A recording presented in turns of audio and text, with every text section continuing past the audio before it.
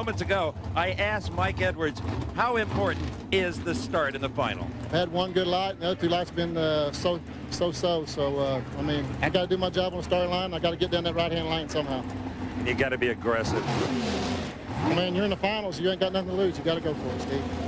Gary, you could fill a butterfly net on that starting line with two first-time finalists.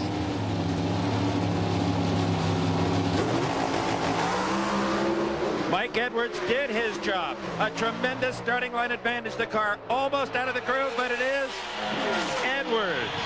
At 7:02, 196 miles an hour. The crowd roars its approval. Franks, a game 7:07, 195, just short. So the reaction time by 0.04 of a second. The man in the far lane, Mike Edwards of Broken Arrow, Oklahoma, adds his name to the long list of NHRA Pro Stock winners. He serves as his own crew chief. He's a heck of a driver as well. Well, Mike, you will never forget where you were one Sunday afternoon in Texas in '96. Steve, I don't know what to say. I just got to give all this credit to good Lord Jesus, because without him, this day wouldn't be possible. So much to be thankful for. What a parting shot, a 7:02. I mean, it went a 7:02, but it moved around pretty good in that right-hand lane, but I just thank God for this win. The first of many, I'm sure. Thank you, Steve. Taking a look now at the...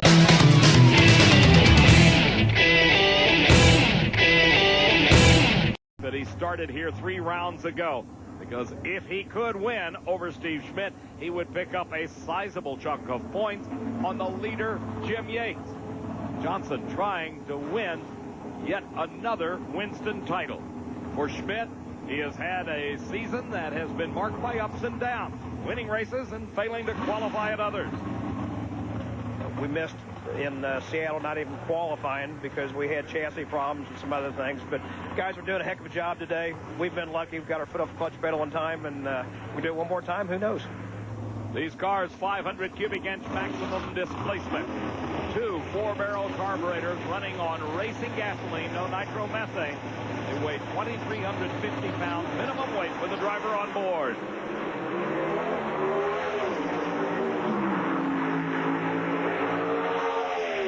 Got his foot off the clutch in time, but he could not run the number. It's Warren Johnson's 711 at 193 that gives the GM Performance Parts Pontiac the win over the Dynagear Cutlass. A great job by Steve Schmidt. He did everything he could. The performance of his car just a little bit off the mark compared to WJ.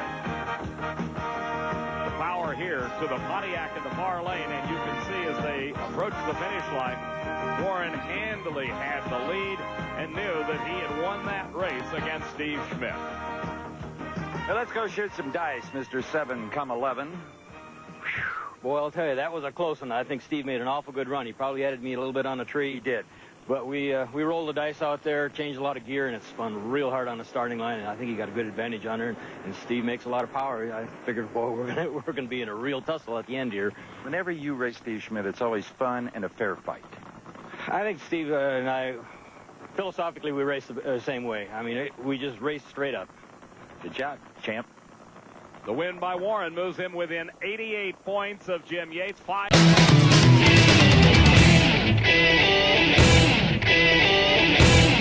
Steve, when it comes down to the battle of the whole shots, do you give it to Tricky Ricky, or do you give it to the guy that has won the whole shot award, Steve? I think this is the final that might result in a red light. If it does, it may well be in Ricky Smith's lane.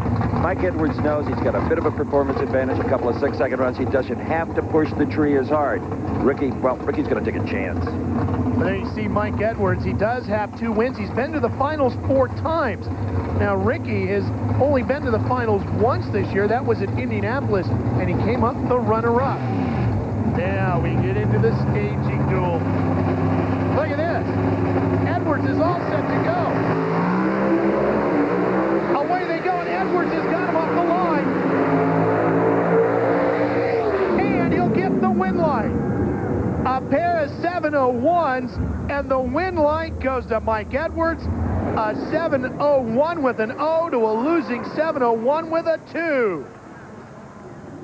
Edwards brings it to a slow stop at the far end, and let's take a look at the replay.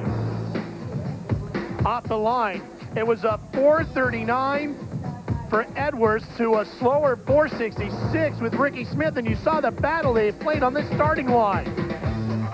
Might have been just enough. Ricky gave him a run at the far end, but he couldn't match him. And Mike Edwards has his 3rd win of the year, Steve. The quiet man from Oklahoma, who also is the crew chief on this car. Very emotional right now, trying to get the window netting down, get everything unbuckled. Out he comes. Tell me about what was going on the starting line there, Big Mike. Anytime you run the trickster there, it's never know what Rick's going to do. He's a heck of a driver, so awesome day, Steve, awesome day. But you were the one with the starting line advantage. Identical elapsed times, but Jennifer has this for you. Thanks, Jennifer.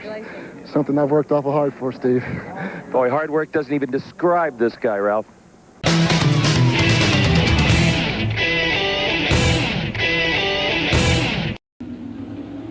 I got to go with Warren Johnson here today, guys. He's back half this car twice. He's front half it once. He knows what this car's going to do. Warren Johnson's going to put away Yates.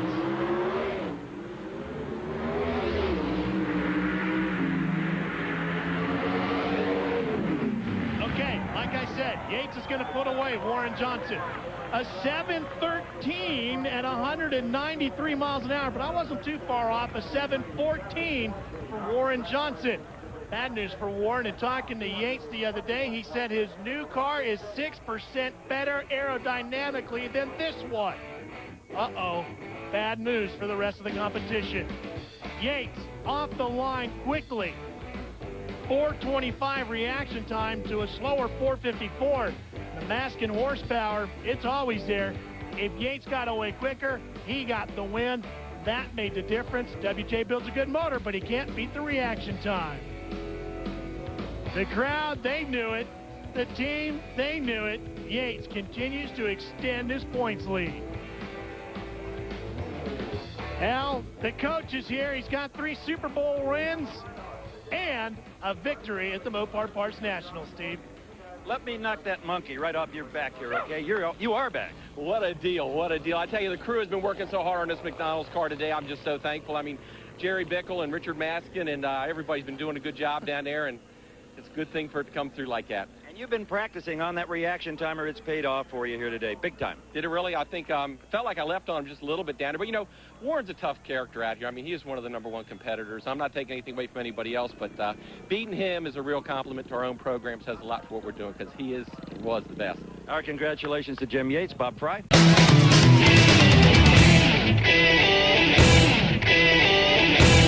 Near lane, Jim Yates. He qualified #1, but Warren Johnson, during eliminations, took away the low elapsed time of the meet. He is the quickest car of the weekend at a 7:09 in his GM Performance Parts Pontiac. Tony Yates, Jim's wife, directing him into the proper spot at the starting line. Yates taking a bit of time, getting into the beams.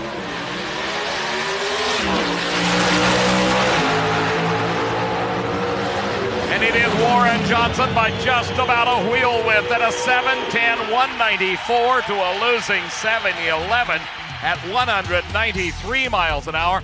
Our replay shows us Warren Johnson got the advantage at the starting line. It was a close race all the way down the track. Only 1,320 feet of actual racing surface. And oh, so much can happen between the start and the finish. But here, it is all Warren Johnson. Happy birthday to you. Come on, everybody. Happy birthday to you. You had a tiny little hole shot. It was the 710 that whipped him. 710. Actually, I have to thank Jim for that, after trying to jack her on the lights because I'm running his new clutchless transmission. My hand accidentally shifted into second, so I have to put it back into neutral, back into first while he was jacking her on the starting line. But this GM Performance Parts Pontiac came through. That's all kind of pro stock racing, and it always has been. Yeah, that's part of the act. I mean, that keeps those fans in the stands, and I guess that's the bottom line, entertainment.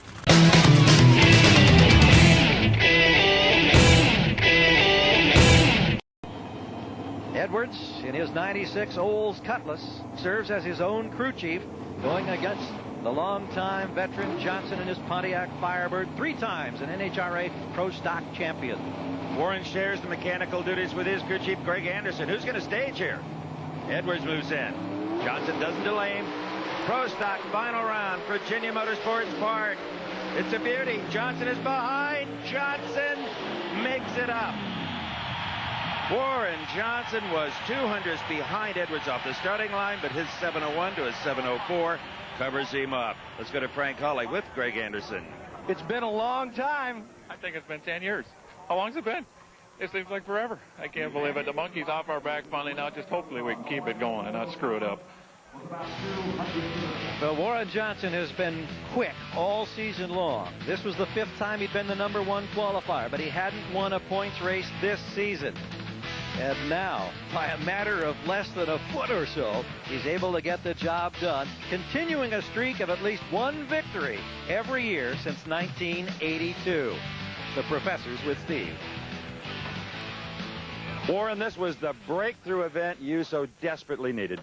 Oh, I'll tell you, Steve, it's been a long time coming. We've been struggling with this car. It's not the car's fault. We just don't have our learning curve down right. It's going to be a fine race car. It's just we don't have all the information on it that we need to make it work like it wants to work. But it's coming around. 701 in the final, but the key race was beating Ricky Smith on the whole shot in the semi. Oh, yeah. I mean, getting by two of the Team McIntyre cars, I mean, that was the best part of the day. I mean, it's almost unbelievable for us for this thing to come around this fast. These guys, the other Pontiacs, had them for 4 years. We've got them for 4 months. It's coming around.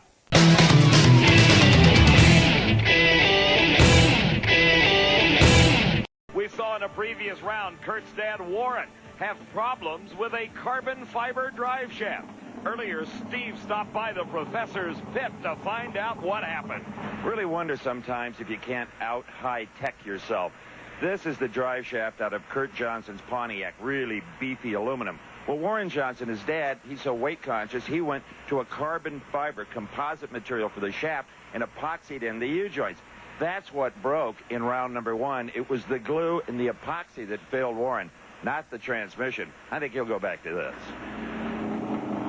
Right now, Kurt is hoping his aluminum drive shaft will hold up against Mike Edwards, who laid away the Winston Points champion on a whole shot start, an advantage gained at the starting line.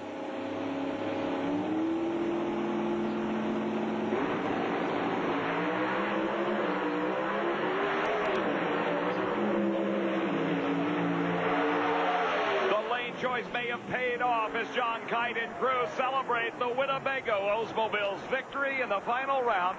7.04 seconds, just a few thousandths of a second quicker than Kurt Johnson.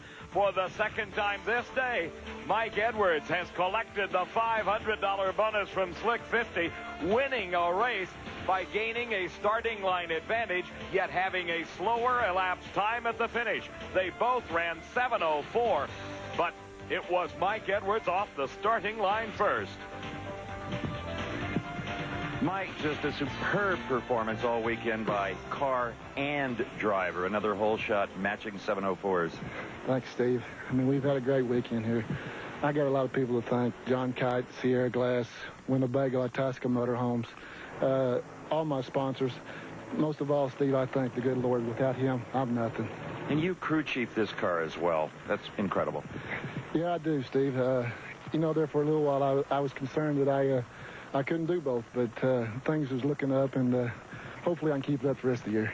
2 wins. Great job. Thanks, Steve. Oh, that's a lot of work. Serving as crew chief and driving as well, but he's third in the point standings.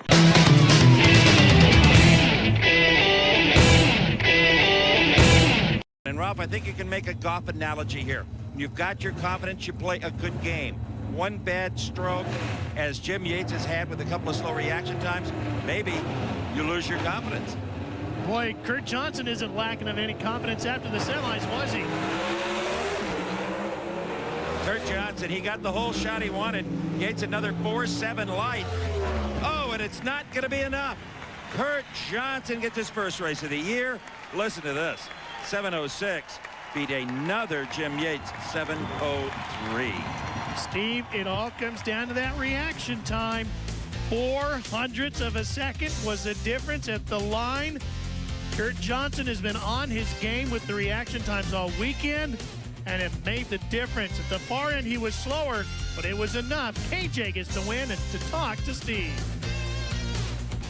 Kurt Johnson, what a fantastic final. You could see Jim Yates, I'm sure, Oh, man, you can't beat that. I thought I used up all my luck the first 3 rounds today. And, you know, Jim's a heck of a racer, and it looks like he's on his way to a world championship. I hope not. I hope to put this Delco big #1 on it next year. But you're driving spot on today, a near perfect light in the first round. Man, it's so tight out there. You got 16 cars within 0.04 of a second. You got to be on time. Good job. Thanks a lot.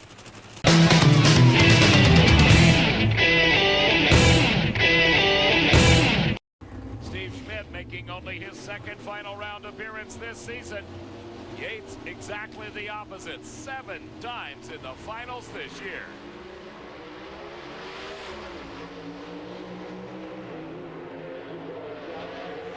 The advantage at the starting line was Schmidt's, but he could not hold on as the crew celebrates.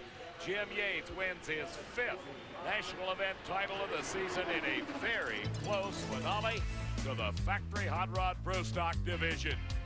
At the starting line, the reaction time advantage was 12 thousandths of a second going to Schmidt. That's all well and good, but you have to be able to run the back half of the course as well, and that's where Yates excelled. He was 20 thousandths of a second quicker on the run. The margin of victory was 8 thousandths of a second. You know, you cannot snap your fingers in 8 thousandths of a second, and that was your margin of victory. Is that how close it was? I think I drove it to about 2,000 feet down there because I didn't see the wind light come on until late. Boy, I tell you, it was close. You know, Steve's been running pretty good the last half of the race here today, and we knew he was going to be a handful, but the guys with the McDonald's team just come through, made this Dynamax McDonald's Pontiac, put the big number up there.